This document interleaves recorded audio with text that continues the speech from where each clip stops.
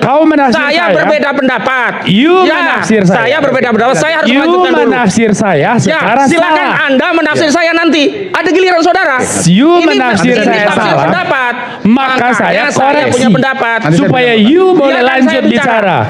Nggak bisa memberikan saya. You salah menafsir saya. Silakan, itu pendapat saudara. Tidak bisa di sini. Saya harus luruskan. You akan lanjutkan. Oke. Kalau kau benar.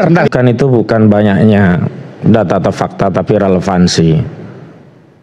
Jadi tak perlu 700 bukti, 22 saksi, 130 saksi. Asalkan ada bukti yang mengarahkan ijazah itu asli, sebenarnya selesai, ya ini ditunjukkan. Selama ini Saudara Joko Widodo memang menempuh jalan lain.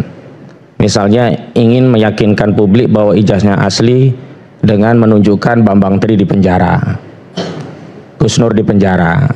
Apakah hari ini akan berpetisi? Tinggal targetnya. Kalau targetnya ingin menjarakan orang, oh tentu itu bisa menjadi jalan untuk memenjarakan. Tapi kalau targetnya untuk meyakinkan orang tentang keabsahan, keaslian ijazah, saya yakin apa yang terjadi pada kasus Bambang Tri juga akan terrepetisi, di mana publik tidak akan meyakini orang berijazah asli dengan adanya orang di penjara. Dan Bung Boni, saya termasuk tidak setuju hal-hal yang teknis itu tidak penting, karena substansi dan prosedur itu sama-sama penting. Khalifah Ali Karamallahu Wajhah ketika bersengketa baju zirah dengan seorang Yahudi itu menghadirkan dua saksi, terpenuhi minimal dua saksi, tetapi saksinya itu adalah putranya Hasan dan Husain.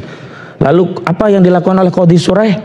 Memutuskan bahwa baju zirah itu milik Yahudi dan mengalahkan Imam Ali, padahal Imam Ali adalah khalifah keempat bahkan, Amirul Mukminin, bersengketa dengan rakyat biasa tapi kalah. Kenapa?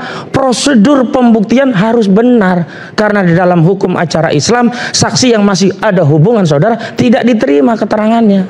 Nah hari ini soal teknis pasal, enggak soal teknis, ini substansial, karena dengan memasukkan pasal yang bisa menahan, itu berarti kemerdekaan seorang anak bangsa bisa terenggut. Bung Kosi, saya tidak memperkarakan soal. Dan saya saya lanjutkan dulu. Saudara silakan saja tanggapi nanti. Ini closing statement. Kamu makin tersesat, saya nggak suka. Nah, saya nggak tersesat, saya punya pandangan sendiri. Nanti kamu, saudara jangan mengatakan saya tersesat. Silakan berpendapat. Saya mau menyampaikan pendapat. Saudara tunggu. Saudara punya kesempatan. Saya ingin melanjutkan. Ini closing statement. Saya berbeda pendapat. Saya berbeda pendapat. Saya harus melanjutkan dulu. Menafsir saya secara silakan salah. Anda menafsir saya nanti. Ada giliran saudara. You menafsir saya salah. Pendapat. Maka saya koreksi punya pendapat supaya you boleh lanjut bicara. Nggak bisa memberikan saya. You salah menafsir saya. Silakan, itu pendapat saudara. Tidak bisa di sini. Saya harus luruskan. You akan lanjutkan. Oke. Kalau kau benar. Izin moderator. Nanti saya berikan kesempatan. Saya kalau luruskan. Bung Boni mau saya luruskan pendapat ke saya, silakan. Saya lanjutkan. Bukan. Baik, nanti saya berikan gini. hari ini. Nanti saya berikan ini problem serius. Karena nanti kan begini. Kalau kita sudah salah menafsir, nanti dijelaskan. Setelahnya Nanti dijelaskan. Poin-poinnya dijelaskan. Nanti saya berikan kesempatan. Silakan. Baik, saya lanjutkan. Anda nanti menafsirkan saya salah, saya biarkan begitu. Begini, lanjutan saya adalah, jadi hari ini jangan menganggap bahwa pemasukan pasal-pasal dianggap sepele. Nanti ini akan menjadi modus operandi, perkaranya sepele tapi dimasukkan pasal bisa menahan, dan sinilah kedaulatan anak bangsa terenggut. Dan kemudian kalau divonis bebas, apa pertanggungjawabannya nanti saat ditahan? Itu dari sisi prosedur yang pertama berujung kepada kemerdekaan yang terenggut. Yang kedua, janganlah kita kasih hakim itu perkara yang barang busuk. Maksudnya begini, kadangkala hakim itu ingin memvonis bebas, tetapi karena sudah ditahan lama oleh polisi, oleh jaksa, mau nggak mau memvonis bersalah, setidaknya divonis untuk menutupi masa tahanan sehingga tidak ada kesalahan di polisi dan di jaksa. Kalau divonis bebas, kerjaan kalian apa jaksa, polisi? Kenapa menahan? Itu yang terjadi di Edi Mulyadi. Saat ada ungkapan kinayah, majasi, jin buang anak, ditahan 7 bulan, divonis berapa? 7 bulan, habis itu langsung keluar. Artinya sebenarnya secara substansi hakim ini tahu nggak salah. Biasa, dan hari ini IKN-nya Jokowi memang jadi tempat jin buang anak, mangkrak. Begitu. Nah, saya tidak mau ada anak bangsa nanti akan menjadi Edi Mulyadi selanjutnya. Dan karena itulah hari ini saya hadir itu juga untuk menyampaikan pandangan bahwa tidak bisa meminjam tafsir kekuasaan kemudian ya silakan nanti ya ada hakim, nanti kalau ditahan ngomong apa lagi. Enggak, sekarang hari ini justru kami ingin menjadikan seluruh rakyat sebagai qadhi, sebagai hakim. Karena hari ini mohon maaf ada pengadilan tapi kesulitan sekali bagi rakyat untuk mencari keadilan dari lembaga yang namanya peradilan. Justru hari ini rakyat itu butuh ya forum-forum rakyat bersuara. Kenapa? Biarlah rakyat yang menjadi hakim, mereka yang mengadili. Apakah rakyat kemudian meyakini ijazah itu asli hanya dengan adanya 1, 2, 3, 4 atau 1000 anak bangsa di penjara, atau sebaliknya? Justru kajian-kajian ilmiah ini ya yang makin meyakinkan rakyat. Soalnya karena sekarang ada dua hal, secara hukum, secara politik. Ini bicara tentang legacy dan legitimasi. Dan saya juga tidak setuju, tidak sependapat masalah ijazah dianggap sepele.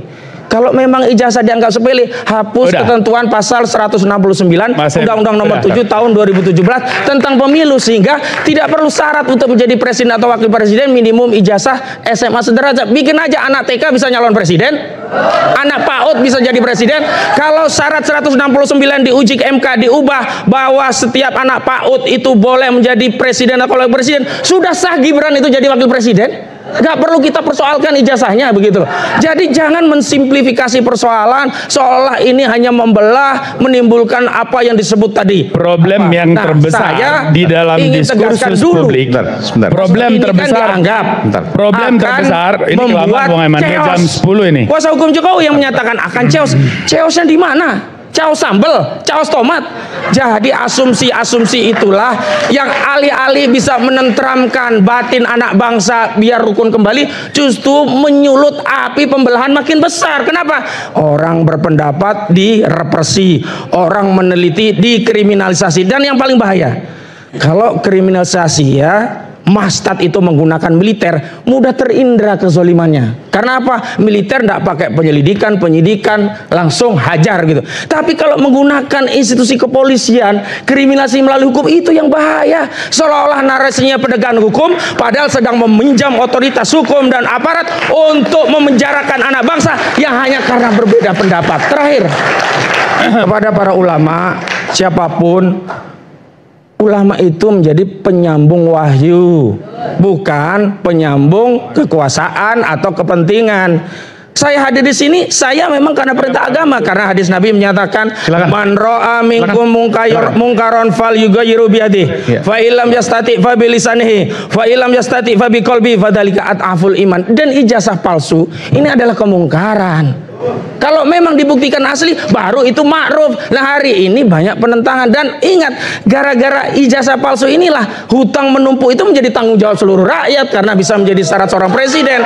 Jadi jangan menganggap apa yang dilakukan oleh Pak Roy dan sebagainya ini adalah masalah yang membuat gaduh. Memang iya kedoliman itu kalau ada kalimat yang benar dianggap gaduh. Memang iya al-batil itu nggak suka al-haq datang karena dianggap gaduh. Itu juga dulu yang dituduhkan kepada Nabi Allah Ibrahim. Itu juga dulu yang dituduhkan kepada Rasulullah Muhammad, tukang gaduh, pemecah belah dan seterusnya.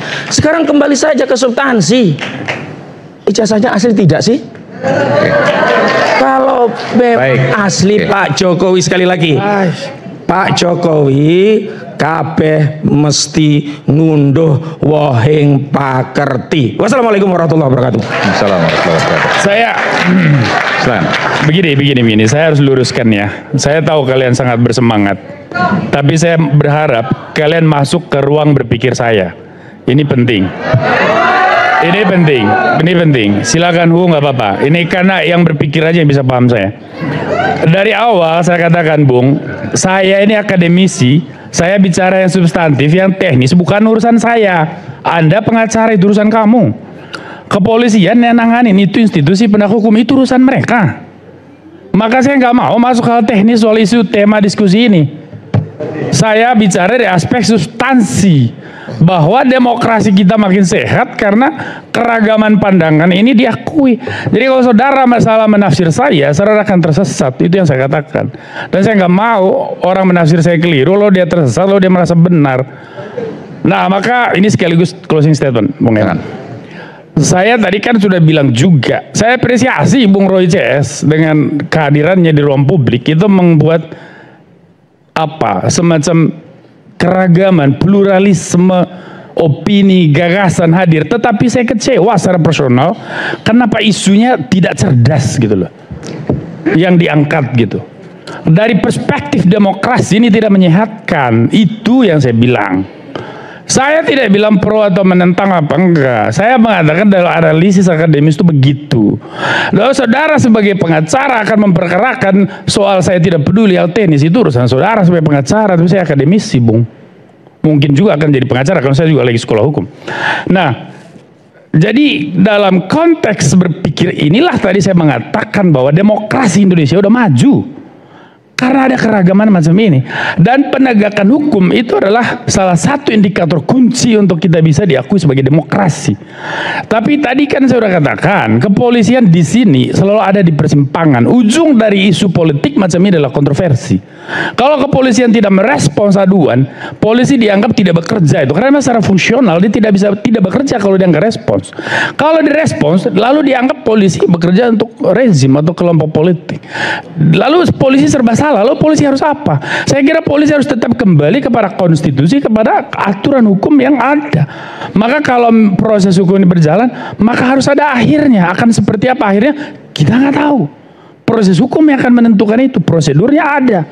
Teknis itu melibatkan siapa? Penegak hukum dan atribut lain termasuk pengacara. Itulah negara hukum yang sesungguhnya. Demikian dari saya, Bung Aiman. Terima kasih.